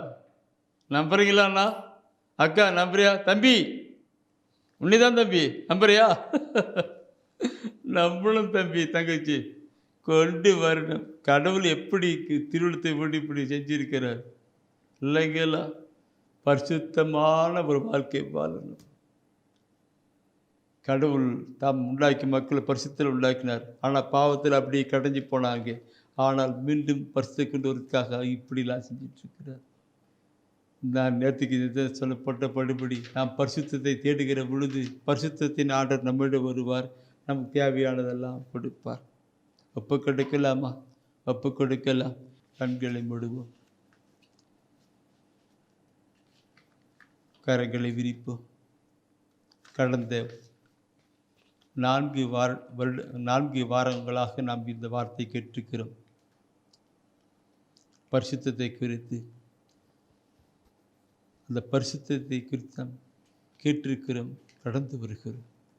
அந்த ஆண்டவர் நமக்குள்ள வருவார். பரிசுத்தமே பரநேசு தங்கும் இல்லம், பக்தர்கள் தேடும் தேவாலயம். பரிசுத்தமே மக்கள் தேடுகின்ற கடவுள் யாரெல்லாம் பரிசுத்தமாக வாழ்கிறாங்களோ அவங்களுடைய உள்ளத்தில் குடியிருப்பார். எந்த குடும்பம் பரிசுத்தமான குடும்பம் இருக்குதோ அங்கே கடவுள் இருப்பார். பரிசுத்தமான ஆண்டவர் அங்கே இருந்தார்னா அந்த குடும்பம் எல்லாம் ஆசீர்வாதம். அப்படியே இப்போ கொடுங்க. பரிசுத்தமே பரநேசு தங்கும் இல்லம், பக்தர்கள் தேடும் தேவாலயம். ஆண்டவரை நோக்கி பரிசுத்தத்துக்காக மன்றாடுகிறேன். ஆண்டவரை பரிசுத்தத்துக்காக கொண்டாடி கொண்டிருக்கிற அவர் உள்ளத்திலே நீ கடந்து வாரும், தூயாவிலே கடந்து வாரும், அவருடைய உள்ளத்திலே தங்கும், அவர்களை ஆசீர்வதியும், அவருடைய எண்ணங்கள் சிந்தனை எல்லாம் ஆசீர்வதிக்கப்படட்டும், அவருடைய குடும்பங்கள் ஆசீர்வதிக்கப்படட்டும்.